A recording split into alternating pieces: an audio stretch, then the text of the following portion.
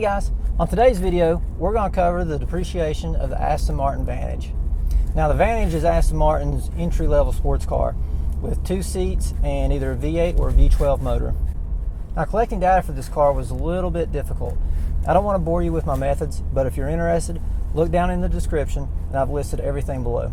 We've listed the original MSRPs and the current market values for the V8 and V12 Vantage and Vantage S models.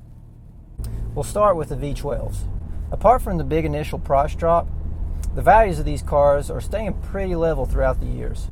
The cars lose about 30 to 35% of their initial value after the first year or two, and then just kind of stay there.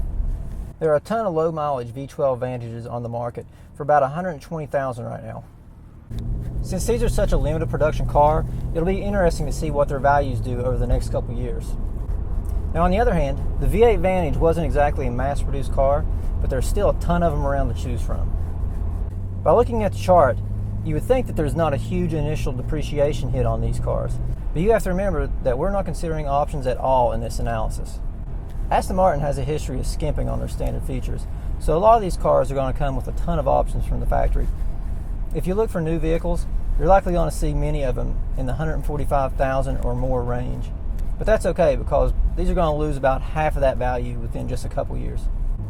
If I were shopping for a Vantage, there's 2 areas I would be looking at depending on my budget. The first is here, from 2006 to 2008. The car saw a refresh in 2009 with a new motor and quite a few cosmetic changes. The cars before then are going to be less desirable, which partially accounts for some of the low values we see. The other thing to keep in mind is 2008 is when the housing market crashed. The Vantage is Aston's best-selling car, and before the market crash, they made a ton of them.